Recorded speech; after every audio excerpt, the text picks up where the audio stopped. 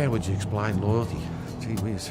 Yeah, you've got me there. I never walk away from a blue. If I give my word, I'm not going to go back on it. And that's what loyalty means to you? I think so, yes. Paul Harris is the sort of bloke who uses the word greenie to explain who he isn't. Tilda, there's a bottle there. Do you want to pick that up for us, please, Dale? We'll put it in the bin.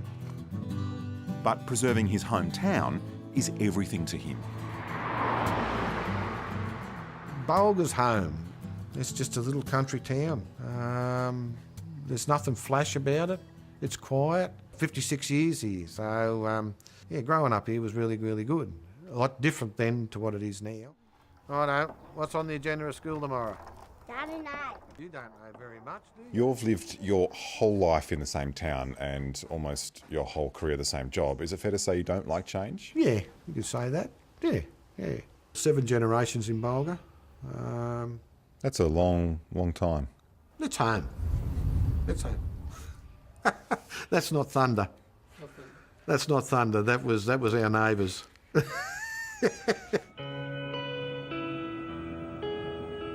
But the neighbours are planning change whether Paul likes it or not. Dwarfing their tiny town is the 15-kilometre long open-cut coal mine next door, one of the biggest in New South Wales, the Mount Thorley Warkworth mine. The new expansion of the mine will mean more road closures, dust, blasting and plummeting nearby property values. And it means the community here have been locked in a bitter struggle.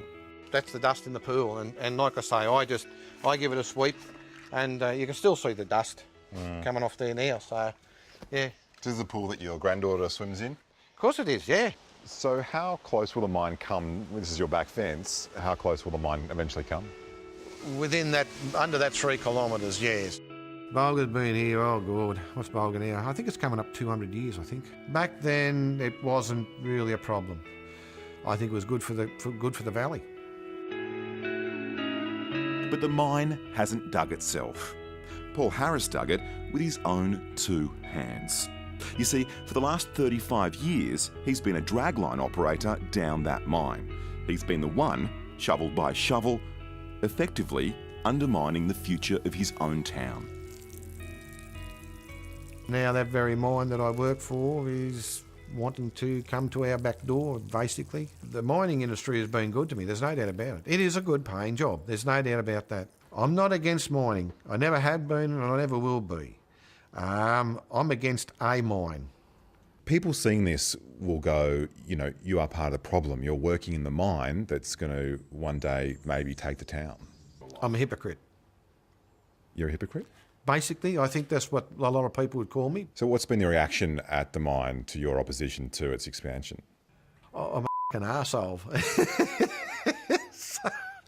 But, hey, listen, I mean, I stuck my head up out there to I believe in something. I believe in what I've got here, and I believe in my community. And I don't want this expansion to go ahead, yes. But this expansion has bought you, this mine has bought you a house, has fed your kids for 30 years. It has, but they've got to end. Sooner or later, a mine ends. Yeah, that's me boy Ben and me daughter Ashley. But just how tricky it's become for Paul to live here shows in the hate mail he's received for publicly opposing the mine's expansion. It's a sympathy card, and that on that card it says, "Sucked in, you lost, go MTW." And, so what's MTW? MTW is Mount Thorley Warkworth. This kind of really shows you the feeling in the community, Oh, for sure. how fierce the tensions are. Oh, for sure. Yeah. As you'll be aware, we lost the vote at the council meeting last week. The mine expansion will go ahead. The appeals processes are all over. So now it's up to the residents of Bulga to decide whether the town will even survive. You also have those people in the village who are actively seeking to disrupt what is going on from our side in order to make sure that they either get their property bought or take some advantage out of the current situation and get work out of a big mining company. It is very, very difficult to sell properties around here, and of course, who would want to buy a property in advance of an open cut mine? So we have a conflict here within the village, and it's dividing the village badly. that those